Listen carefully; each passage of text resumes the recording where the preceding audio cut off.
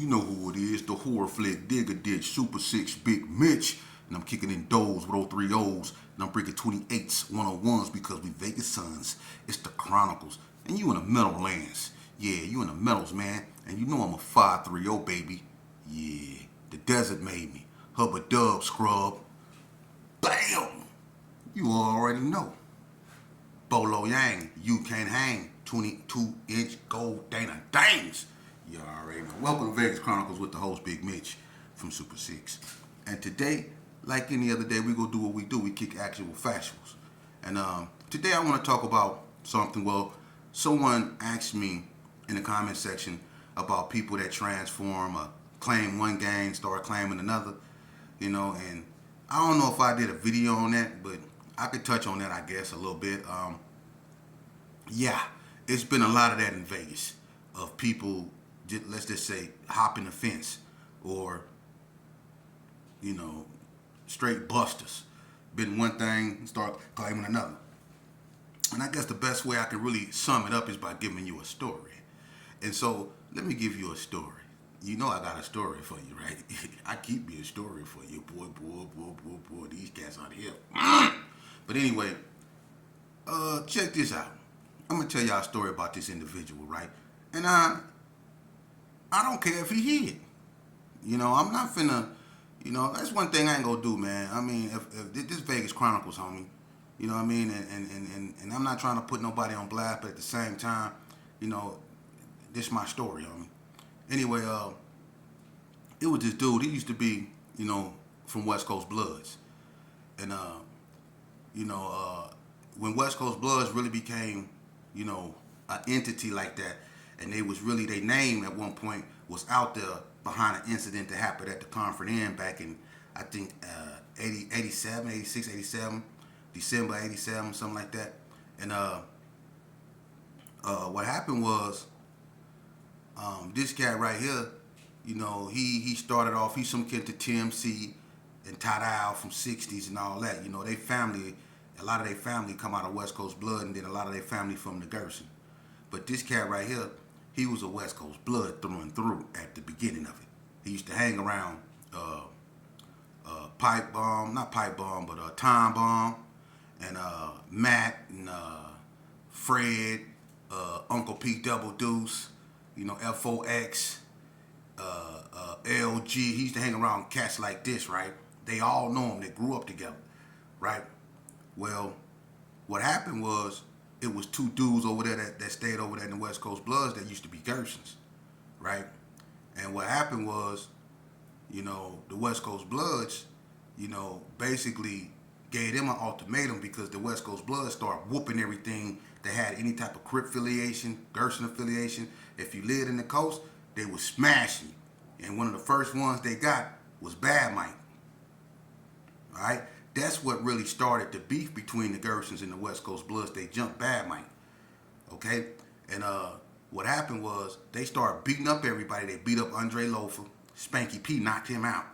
And that's when Heavy got popped up there off Morgan. You know what I mean? When he knocked out Andre Loafer went and got his Uncle Pat. This is, everybody know about this. He went and got his Uncle Pat, whatever. Pat came up there, and instead of him getting down with Spank, it went left, and Heavy ended up getting popped in the back. But anyway, so the coast was on one. So they basically gave these two dudes that used to be Gersons an ultimatum.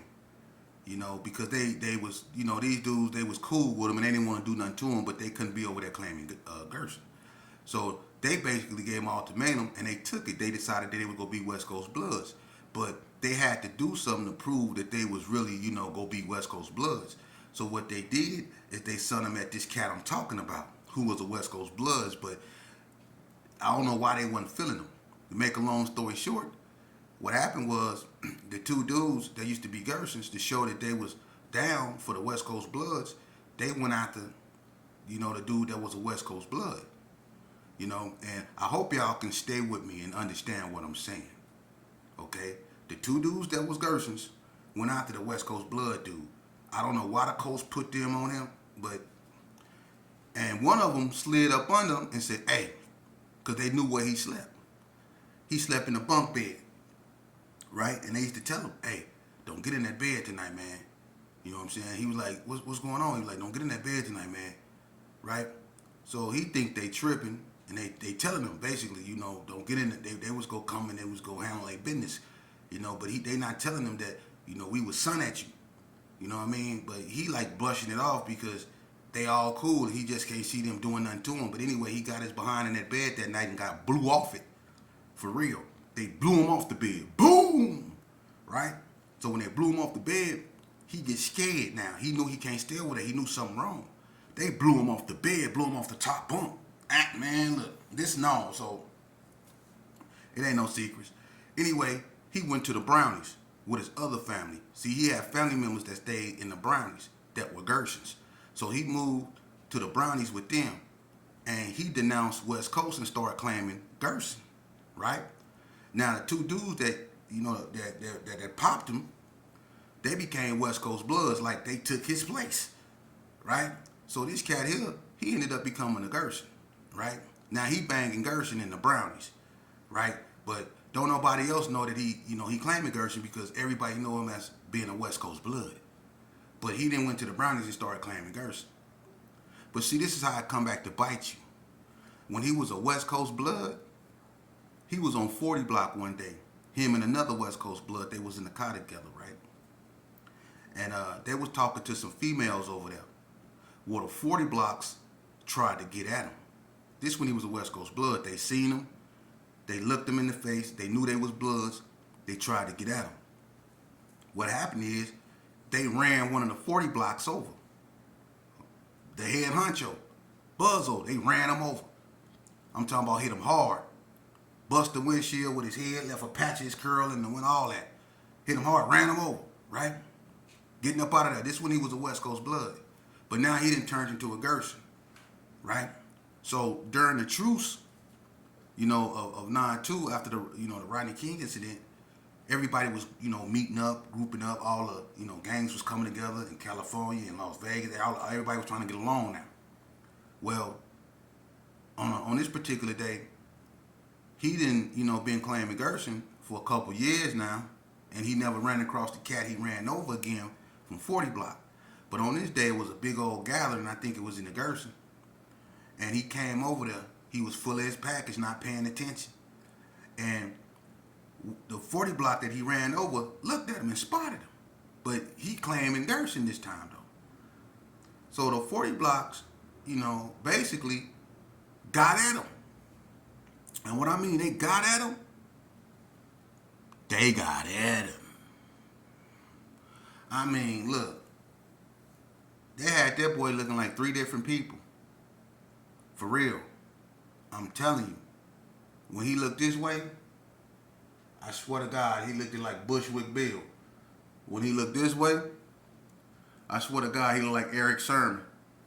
When he looked this way, I swear to God, he looked like Big Daddy Kane or something. They had him looking bad out there, right? They whooped him out. For real, right? So, me and Junebug, you know, we felt bad because his cheekbones was way out here, man. His eye was messed up, you know, and still to this day, he not all there. It's like they really beat him. And I didn't like that because I felt it's people that stood around and watched it happen.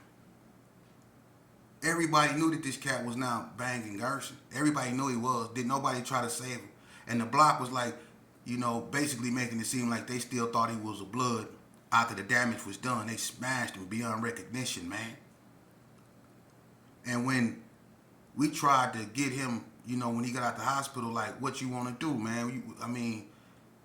He basically said, one time came up in there and told him if there's any type of retaliation, they coming to get him. Junebug used to sit there and stare at him and be like this here. You out of line. You just gonna let them do you like that? You ain't gonna do nothing? And he used to just look at him and shake his head like, you out of line. But that's what can happen when you start claiming something, then it can catch up with you like that, because you can put in work when you was claiming this, and then you can leave that and start claiming this, but the person you put in work on, they gonna remember that and they don't care what you claiming. They gonna want their get back. And that's what happened to him. It caught up with him. And my thing is this right here, man. When it comes to that, stay away from gangs, man. Don't join nothing. That way, you ain't got to worry about none of that, man. You ain't got to worry about nobody confronting you. You ain't got to worry about running nobody over, trying to get away. And you ain't got to worry about something catching up with you in the later days. If you just stay away from gangs, it nullifies all that, man. It do. So yeah, in Las Vegas, we got a lot of dudes that started off one way and ended up another way. But what? I mean, I'm gonna be honest with you. Talking about that, what's the point? You join something bad, and then you go join something else that's bad. What's the point, man? It's all madness. It's all foolishness. It is. And y'all don't take this stuff serious. Let me show you how serious this stuff is, man. I'm when I do these videos, I'm not just gonna always talk about gangs, man. I'm very versatile, and there's a whole array of things that I need to cover that I ain't even begin to scratch the surface of. But I want to really home this home because when it comes to gang banging, man, this is one of the most destructive components that us as a community has ever been brought face to face with. I mean, we went through all kind of civil rights incidents and things we consider unjust, but this right here, this gang banging, this right here has destroyed us beyond, I don't know, man. I don't think nothing has ravished us in the way that this gang banging and self-hate has, And I want to take this opportunity to send my deepest condolences to Minister Maurice, aka Black. He come up out of White Street, man. That was a close confidant of mine, man. He was a real good dude, real good brother, man. And we all have demons and we all have things we go through. That's why I tell you, you youngsters out there, who mind ain't quite developed yet, listen to what I'm trying to tell you, man. I did a lot of time with this individual, man, and I watched him blossom. He was a stump down White Street. That's where he was from. That's what he represented, and I respected him. He was a little short, bald-headed, real well spoken.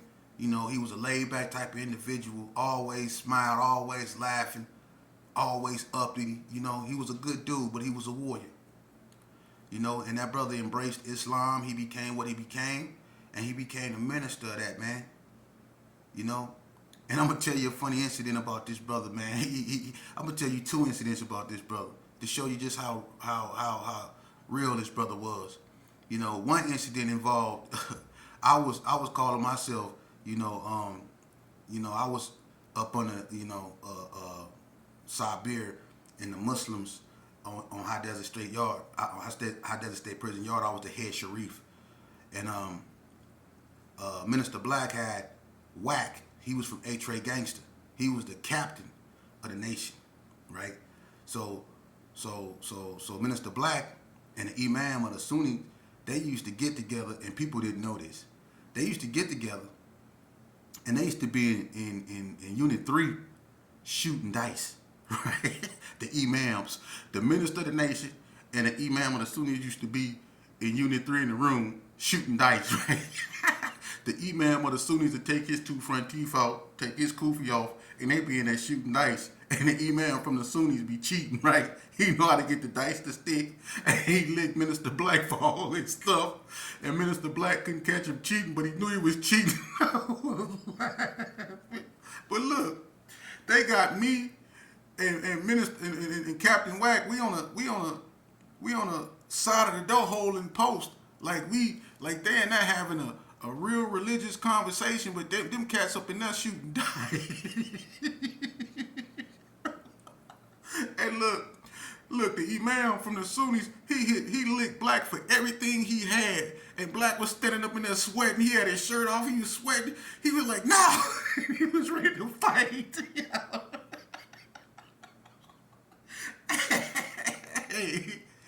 He wouldn't let the minister, he wouldn't let the Sunni Muslim out, he wouldn't let him out the room with his stuff because he knew he was cheating, but he just didn't know how he was cheating. So he grabbed the dice and he started staring at the dice real close like this.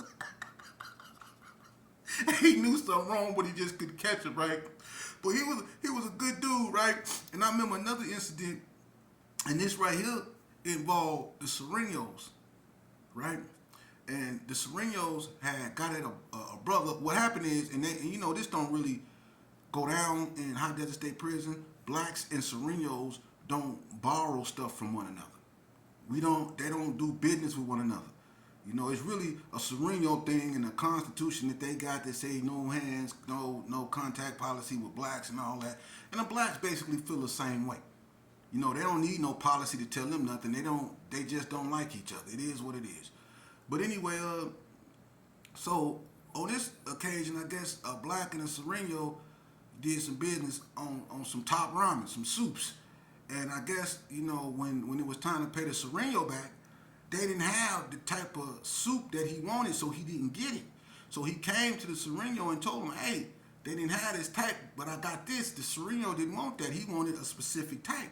So they get into it. And so the brother tells the Sereno, basically, I ain't giving you nothing because he was being disrespectful. So the Serenos get at that brother. They basically blast the brother. Well, Corinthian and Black, they was down there at this time, and they wasn't letting that ride. So what happened was, when they came back from, I think it was lunch, one of them, Minister Black, called the head Sereno down there and was like, let me holler at you. Trying to act like he was going to squash it, right? So all the Southsiders knew Minister Black from being from the nation, so they respected him because of the way he carried himself, right? So the head Sereno decided he was going to talk to Minister Black. So it was just them two, and they was going up the stairs, right? So when they got to the middle of the stairs, Minister Black like stopped and was talking to him. But what he did was when he was talking to him, he was basically looking to see what a dude in the tower was. Because I guess he wanted to get the head dude real good. So when he peeped what a dude was and the cat didn't have his, you know, the thing, and he was basically paying attention to everybody coming in the Sallyport, Minister Black waited till they got almost to the top of the stairs, and he took out that banger and blasted the essay in the face. Blasting him off the stairs. For real. And when he did that, Corinthian and the other blacks, that was the cue. They took flight on the Southsiders. See, that's how it go down out here, man. And they tore him up down there. They tore him up. So Minister Black he loved his people, and he was good people. You know, but like I say, we all go through things in life, and no one knows what goes through a person's head. When you do so much time, and you trying to stay balanced mentally, physically, and spiritually, it's a fight, man, that people don't understand. And you know, even when we go through that and we make it out, and we blessed to see society again, that don't mean that we're not still, you know, inflicted mentally. It's a lot of guys that get out, and I'm not gonna say what went on or what happened, but it's a lot of things that we be struggling with mentally. I have. When I got out, I felt all the work I put in, I felt people owe me. You know, when I did my time, it was people sending pictures up in there on, you know, how they threw block parties for cats. I knew it was busters when they got out. They threw block parties for these dudes, and they were straight marks. So when I got out, I was a real one. From where I come from, how many of them cats didn't put in much work as me? I used to put in so much work. My own homeboys used to be, Freak Dog was the main one. He used to be, don't you get tired of getting locked up? Every time I turn around, you always on a police car. Don't you get tired of getting locked up? I stayed into something. I lived and I breathed this, what we call our self-claiming. I got so immersed in that, man, that I lost myself. So I know those demons that we be fighting constantly, and even though I'm not with that, I still fight off demons. Because I'm a human. And I allow empathy to have its place. And when you do that, you accept responsibility for things you've done in the past. But you must confront them. You must face them. You can't keep them suppressed like it never happened. You have to make peace with what you did and learn to forgive yourself. And that's what a lot of people that get out of prison struggle with. And what happened? I'm not saying this is what happened in his case. I'm saying this is what normally happened. And sometimes we turn to drugs. We go back to doing what we used to do. We turn out to be Drezunks. And then a lot of us, we get mad because we get POs, that be on our necks. But a lot of times, and I'm not saying all the time, because a lot of them cats ain't no good, but it's some of them that don't got no access to grind.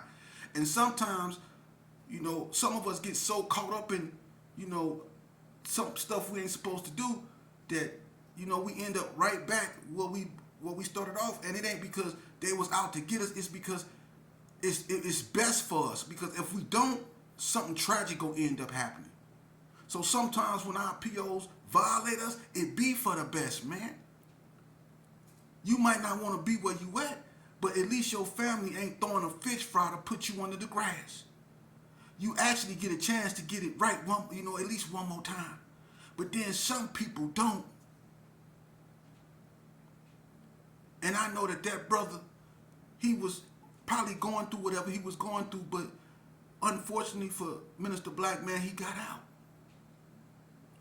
And I got a phone call from an individual, that told me, man, you heard about Minister Black? I said, no, I didn't even know he was out. Like, yeah, man,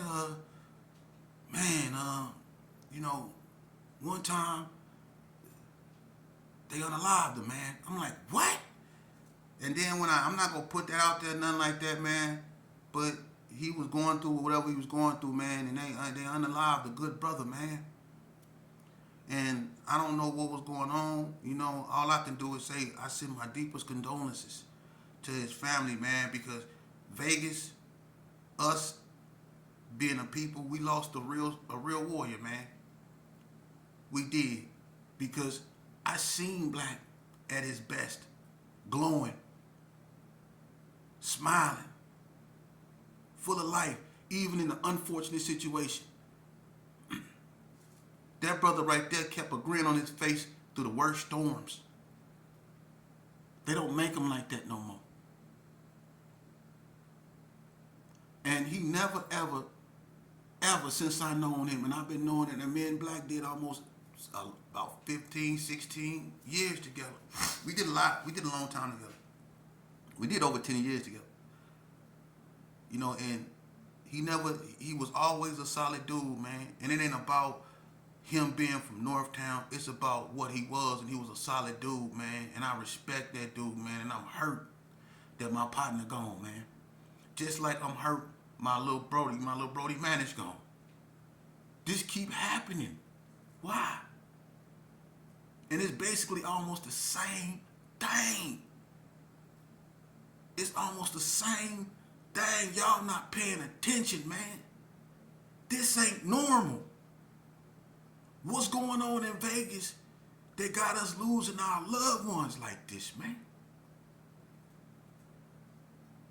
Have anybody ever thought about just stopping and just inhaling and like, let's put a pause on this? I'm talking about Vegas, not this new stuff. These cats ain't from Vegas. I'm talking about the old Vegas. We know who we are, and we losing us. We scarish around here, man. What happened to us? Come on, man. What happened to the love? I ain't talking about the love, that fake homie love stuff. I'm talking about that brother love, man. Come on, man. People losing their children. We losing good dudes, man. I mean, really, look, we on a cold losing streak. As a people, we got to stop this, man. And people can say, oh, he preaching, oh, I'm preaching. But y'all think it's cool to continue to bury your loved ones? Y'all think that's cool, man? Huh? See, you know what? What sickens me? It's a bunch of people out there that like this, that clap for this stuff, that think this stuff cool. Ain't nothing cool about it, because y'all be the same ones dropping kites on Big Pretty when you go to the joint. Talking about you can't hit the yard because of Big Pretty. Big Pretty ain't even thinking about you. But y'all that's out here clapping and think this stuff cool to live this lifestyle, y'all be the same ones dropping kites on Big P when y'all go to prison. Y'all be the same ones scared to death with certain individuals try you.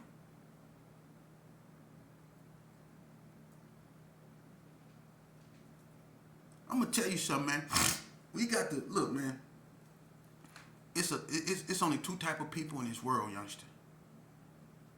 And it ain't weak and tough. No, there's only two type of people in this world: good and evil. And you know what's in between that? These shucking and jive dudes you hear on here who always pretend they with the solution, but continuously show themselves to be the problem. Them the ones in the middle. The ones that got one foot in and one foot out. Them the ones that's the problem. It's too many problems and not enough solutions. See? We're not producing enough thinkers. We need to get back to that. When we used to think.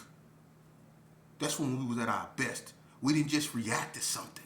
We used to think. We used to use our mind. That's when we was at our best. We need to get back to that, man. Shout out to everybody that see the game for what it is. Shout out to everybody that want their kids to live, that want to see their kids live a better life. Shout out to everybody that want to be a solution to this problem, man. It's not a lot of us. As a matter of fact, when you want to be a solution, when you become an independent thinker, when you decide to stand up on your own and you decide to call out what's bad and you decide to, hey, I'm not with this, or I don't want to be a part of that. When you start doing that, you notice how people turn away from you. You see? They start to call you names. Oh, he on that stuff.